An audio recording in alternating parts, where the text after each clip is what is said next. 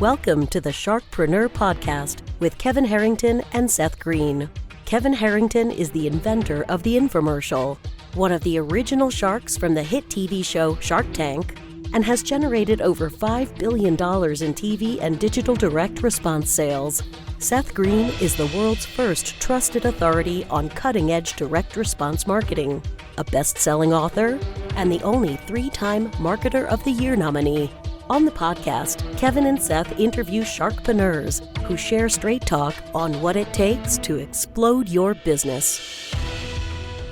49 faces looked to him in triumph. Over the last 12 months, they had each taken turns and promoted his business for a week at a time, driving over $987,342 in revenue. What if you had a network of 50 centers of influence who promoted your business every week for a year? Grab your copy of the #1 Amazon best-selling book, The Ultimate Guide to Growing Your Business with a Podcast, at 33% off the Amazon price by going to ultimatepodcastbook.com. Again, that website for 33% off the Amazon price is ultimatepodcastbook.com.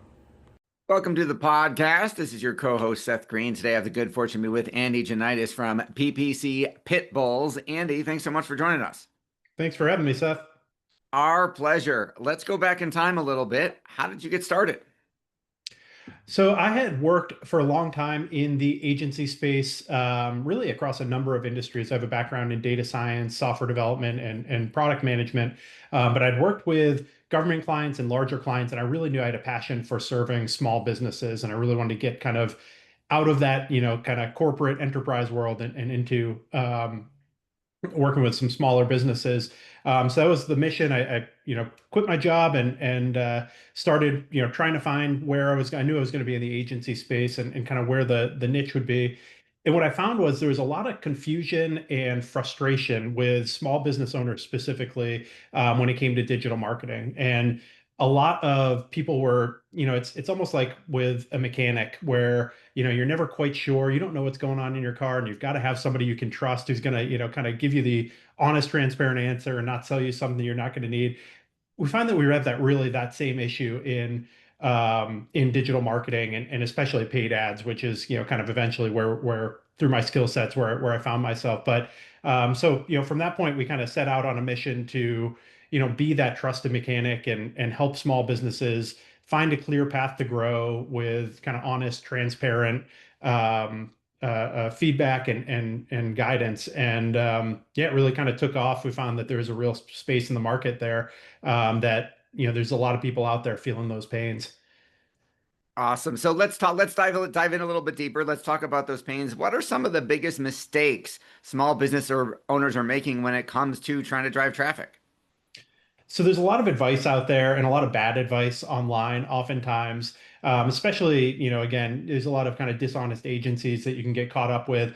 And a lot of times it centers around, hey, you've got to spend more money. You've got to be, in order to compete, you've got to be tossing a ton of money into your ads, or, hey, you really need to really invest and you need just a million pieces of creative before you're going to be successful on meta ads. And what we find is usually you got to simplify. More often than not, especially with smaller budgets, you're going to want to make sure that you're measuring everything correctly and have strong measurements so you know where every ad dollar is going. But then from there, campaign structures and overall marketing strategy really should be as simple as possible. I think the biggest problem people can get into is doing too much in terms of too many platforms and different places to be spending their money, but also even within one platform, getting too many, hot new strategies to try or testing too many different campaign types and variations. Ultimately it's, simplify and profit first and then worry about scaling everything up. That makes a lot of sense. You mentioned small business. Who's an ideal client for you? So we typically focus, we have a lot of different types of clients, but we typically focus more on the e-commerce side. So we say that we're really looking to support e-commerce founders and marketing directors who are looking to break 7 figures and beyond that. So really from like 1 to 2 million in online revenue. And usually that aligns because we're on the paid ad side in like the 15 to 80K ad spend range. That makes a lot of sense as well. So what are you finding are some of the, you've got shoeboxes filled with case studies Can you share a couple with us? Like, here was the client, here was the business they were in, here's the problem they were trying to solve, and then here's kind of how you helped them and what that transformation looked like. Exactly. Yeah. And there's a lot of kind of themes that go through clients and really just, businesses at this size. But, one really common problem, we work with a chocolate company actually. And when they came to us, they have a wonderful product there. It's a local business and they've really, worked through their area. They're very visible in their particular area, and they're looking to expand outside of that geography. So when we came, we inherited their Google Ads account, and when we look in there, all of a sudden we see that there's a ton of campaigns targeting all like very specific, keyword themes and specific types of chocolate, typic gift giving occasions and things like that. And what we did, and again, as I mentioned earlier, we're really focusing on simplifying. So what we did to get started was made sure that their technical setup was on point, made sure that we had all of the kind of key fundamentals. So making sure that when somebody made a purchase, we were tracking that data properly and sending that data back to Google Ads properly. And then essentially we consolidated their campaign structure to have fewer campaigns, really highly reliant on automated bidding and optimizing based on the data that we were collecting now. And ultimately, over time, we were able to, really grow that account. They've been with us for 4 years now, and typically, over the last 4 years, we've been doing 30 to 40% growth every year in top line revenue. So that's been really exciting. That's absolutely incredible. I got to ask, where did the name PPC Pitbulls come from? So it's actually we have a pit bull at home. I've got the picture back here, but yeah, she's our little mascot. So when we got started in pay-per-click PPC advertising, it was just kind of a natural alliteration there. Awesome. How has AI over the last couple of years affected your business and those of your clients? Yeah, so it's changed on a number of different fronts. So first of all, in these platforms, AI and automation has been we've been moving in that trend for a long time, even before ChatGPT came out. I keep saying simplify and automate things. That's been the best practice in these tools in Google Ads and Meta Ads for a long time. So that's really nothing new. We've been using automated bidding strategies where you're not saying, "Hey, I want to bid X dollars on this exact keyword when somebody clicks on my ad." What you're doing is saying, "Hey, I'm going to measure the behavior that comes after people click on my ad, and I'm going to give Google or Meta this specific budget and tell it I want to go ahead and optimize for that goal that I'm now measuring and sending the data back." So that's been a long-term trend that we're really moving towards, letting the machine optimize rather than trying to make the best guesses at who's going to be the right person to get your ad in front of, or what the ad copy should be. So that's been a long-term thing. Now with the advent of ChatGPT, a lot of the kind of legwork that we used to do has gotten a lot quicker. So you got to be wary. There's always got to still be that human in the loop. But in terms of brainstorming and getting kind of the initial skeleton of a strategy and copy created, so that you can then edit it and tweak it with your own expertise, that's been a really big, kind of movement in the direction of kind of building efficiency in kind of how we deliver our services. That makes a lot of sense. With all of the changes, like the algorithms are ever changing, the ad policies, one day you can say something, next day you can't. The terms of service keep changing. How do you stay on top of that on all the different platforms? Yeah, it's challenging. A lot of it is, one, making sure that we're, on top of the newest technical trends, staying on top of networking events and newsletters, and making sure that we're just, really consuming all of the content that's out there, including from the platforms themselves around what the best practices are and how features are changing over time. But then we're really built around experimentation, learning, and growth internally as a business. So one thing that we do, we have time set aside every 2 weeks where the entire team gets all together, and we call it our tech jam sessions, where the entire team is hands-on solving one particular technical problem or trying to implement something new. So taking a client that we've been working with for a long period of time and say, "Hey, let's just try this innovative thing. I don't know if it's going to work or not, but let's just go ahead and set 4 hours in with all hands on deck, try to get some interesting perspectives in there and test, some new AI workflow to change the product titles, for instance, and see if that gives us any lift. That's at the end of the day, the only way to really stay on top of all this stuff is just getting your hands dirty and testing it and playing with things. Especially with the AI stuff, there's a lot of stuff that's either been a little oversold or works, but doesn't quite work quite as well as it could, or you need to tweak and use only a specific part of it. And the only way to get that done is to get in there, play with it, and we're really focused on that. And something I'm really proud of is how the team kind of grows our own skills through that regular testing and experimentation process. I love that devotion to constant and never-ending improvement. Talk a little bit about your team.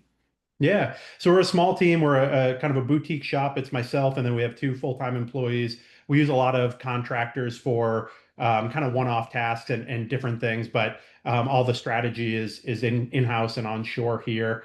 Yeah, and I kind of think of us as like, the alpha team comes in, and we've got just three really strong. There's nobody junior on the team. And we try to tackle problems, as I mentioned earlier. I'd like to kind of get everybody's thoughts and perspectives and all hands on deck. Even where we have a single account strategist on a given project, we're always kind of collaborating and talking through, how we can help each other solve problems with our different areas of expertise. That's awesome. You've helped so many clients achieve success. What's your biggest challenge now? Um, it's always kind of growing. And as I mentioned, I'm really proud of the team and the individuals that we've built, a lot of expertise and especially kind of values and passion, commitment to helping our clients' businesses succeed. So it's, growing while maintaining that value and real focus on partnering authentically with businesses as we scale. We don't want to grow too fast and hire people in that aren't going to, really bring those values to our clients. Your passion is obvious. What do you like best about what you're doing? It's a mix of everything. That's kind of how I fell into this Google Ads world, Google and Meta ads, because it has a lot of the technical pieces. My background, I was an industrial engineering major in college, and I got into data science and then software development. So I have a lot of kind of very technical background, but at the same time, it leaves a lot of space for creativity and testing different things out, experimenting with kind of new creative approaches. So it was just a really good mix from technical hard science and then also, strategy and creative on the top of it. That's awesome. How do you see, the digital marketing landscape evolving over the next couple of years? So one thing we talked about was AI and how we're using that internally as a business. Externally too, AI is really changing the way people search and discover products. So that is changing, really all the surfaces that we use to market, between, people using ChatGPT or Perplexity to find things rather than going straight to Google to search, or even inside of Google, using the AI-driven results instead of the, standard links that you would click on to get to somebody's website. So two major changes that we see. One is people are doing a lot of research outside of your website. So people are really finding their results and finding a lot more information in the actual platform that they're researching. And that goes on social too. People are watching a lot of short form video and really getting to know a brand before they ever actually come and visit, your site and kind of the information that you control there. So it's really important to have, good, consistent messaging out there so people can learn a lot about your product via a lot of different channels. It used to be, hey, we got to design this landing page so everybody gets all the information they need in order to be able to convert on that landing page. Nowadays, that kind of purchase decision is happening everywhere. So you got to make sure that you're kind of omnipresent and there's a lot about your products out there. And then the other big piece is it's very easy to create a lot of content quickly. So there's a real thirst for authenticity in the market. So I think that's really a big value add to a lot of these small businesses that we work with, where, it is an authentic story. It's a founder-driven story. It's a lot easier to kind of have a personal relationship with a business and an authentic relationship with a business when it is truly, a founder's passion, and you can tell that their products are kind of have that authentic piece throughout them. As we get more and more AI generated content all throughout, that's becoming more and more important, that it's people are really looking for that from their brands. That's spot on. So we know your time is incredibly valuable. Obviously, we appreciate you spending some of it with us. For our folks watching or listening who might be one of those e-commerce founders or marketing directors, where is the best place for them to learn more about you? Yeah, so I'd encourage them to come out to ppcpitbulls.com. There you can download, we have a hidden profit leaks assessment. It's basically our 4 key metrics that we look at, taking one step beyond just ROAS and cost per acquisition. But the 4 key metrics that we use to assess, where there's profit leaks in your e-commerce business, and specifically how to solve them based on the numbers that you see. And then if you go ahead and sign up for that, you can also sign up for a free strategy session with me. If you find that, hey, I got this whole PDF, I got all the step-by-step, this is too overwhelming, just go ahead and book a time with me and we can walk together on it on a call. I love working with new businesses and figuring out marketing strategies. So I always encourage people to book some time with me. We'll chat, get to know your business, and see how we can help you grow to the next level. So that's ppcpitbulls.com. All right. This has been Seth Greene with Andy Janaitis from ppcpitbulls.com. Andy, thanks again for joining us. Thanks for having me. Thanks everybody for watching or listening. We will talk to you or see you next time. Why do so many businesses struggle while others seem to explode overnight? Do you wish you had the secret to this type of exponential growth? Now, I've scaled more than 20 businesses to over $100 million, and it's not just luck. In my new book with Mark Tim, Mentor to Millions, you'll learn the repeatable framework I use in all my business ventures for massive success. Order at kevinmentor.com and get over $1,000 in bonuses. Head to kevinmentor.com.